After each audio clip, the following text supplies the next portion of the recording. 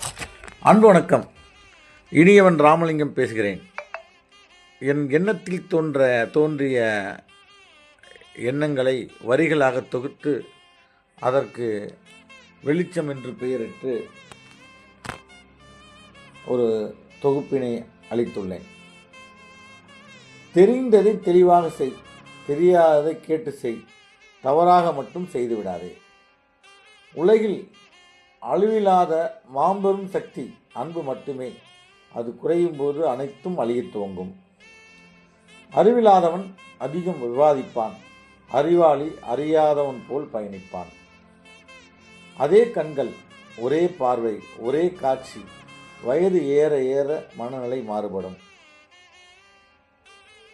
காலை முதல் மாலை வரை பிழை எதுவும் நடைபெறாமல் பணி சிறப்பாக முடிந்து பொழுது சாயும் போது ஏற்படும் மகிழ்ச்சிக்கு இணை எதுவும் இல்லை.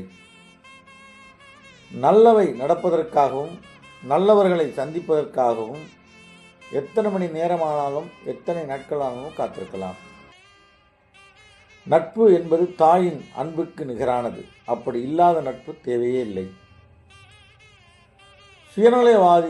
சுயநலவாதிக்கு மகிழ்ச்சி நிலைக்காது. பொதுநலவாதி எல்லா உயிரினமும் தம் உயிர் போல் என்னும் எப்பொழுதும் மகிழ்ச்சி வெள்ளத்தில் மூழ்கியிருப்பான். உழைப்பு தினந்தோறும் முழு மனதோடும் மகிழ்ச்சியோடும் இறைவனை பிரார்த்திக்கும் வழி. மிதிவண்டி வேர்வையை எரிபொருளாக்கி புவியீர்ப்பு விசையில் உருண்டோடும் மகத்தான வாகனம். குழந்தைகளே, மரியாதை என்ற பெயரில் பயம் வேண்டாம். அது உடல் நலத்திற்கும் மன அமைதிக்கும் கேடு. உண்மை, நேர்மை, உழைப்பு, அதுவே நலம்.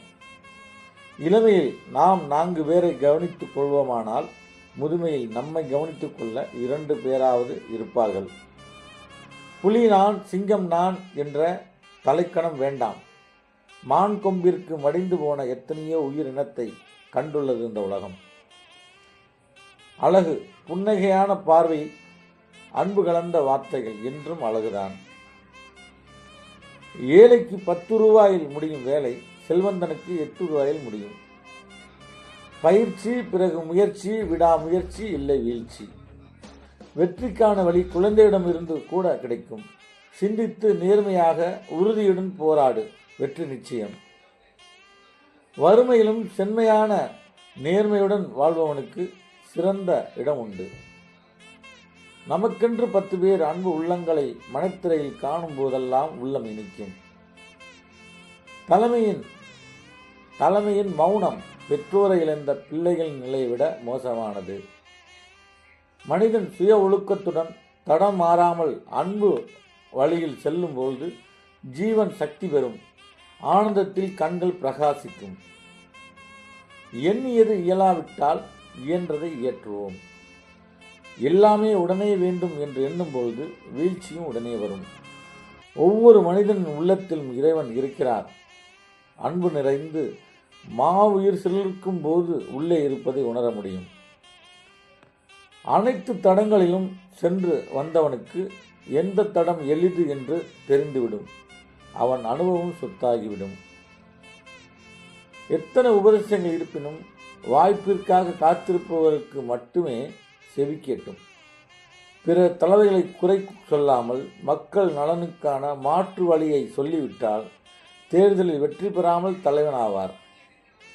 இறைவன் அனைத்து ஜீவனுக்கும் தேவை அனைத்தையும் அளந்து தருவார். உதாரணம் நம் கைரேகை. அன்பாயிரு, அன்பில்லாதவனை கண்டால் அறிவுறுத்த தவறிவிடாதே. அன்பை கேளாதவரை உன் கண்களால் பார்க்காதே. உன்னை உயர்வாக மதிக்க யாரையும் இழிவாக பேசாதே. தர்மத்தின் வழியில் நட, அனைவரும் உன்னை வணங்குவர். தற்கொலை தன்னம்பிக்கை இழந்து இறை நம்பிக்கை இழந்து அன்பான ஒருவரை கூட இதயத்தில் சுமக்க முடியாத அனாதையால் மட்டுமே முடியும். எந்த இடத்திலும் அன்பை காட்டுபவன் அனைத்தையும் அறிந்தவனாக காட்டும். 80% உழைப்பும் 20% முதலீடும் துவங்கும் எந்த தொழிலும் தோல்விராது. மனதில் நினைத்ததை அனைத்தையும் சாதிக்க நினைக்காதே. யாரையும் பாதிக்காத வண்ணம் தடம் இருந்தால் தயங்காமல் இறங்கிவிடு. அளவுக்கு மீறினால் விஷம், அளவில்லாமல் கொடுப்பதாலும் பெறுவதாலும் ஆனந்தம் அடைவது அன்பு மட்டுமே. உனக்காக தர்மப்படி எந்த செயலும் செய், மற்றவருக்காக என்ற பொழுது அவர் கையால் தர்மப்படி செய்யும் வழியை கண்டிப்பாக கற்றுக்கொடு. தாய், தந்தை, நண்பன், குரு, தெய்வம், நீ பெற்ற செல்வம் அனைத்தும் இதற்கு ஒருபடி கீழ்தான். சிந்தித்து செயல்படு. இருள் இறைவன் ஒளிவாக வெளிப்படும் போது இருள் ஓடி ஒளிந்துவிடும். நன்றி, வணக்கம்.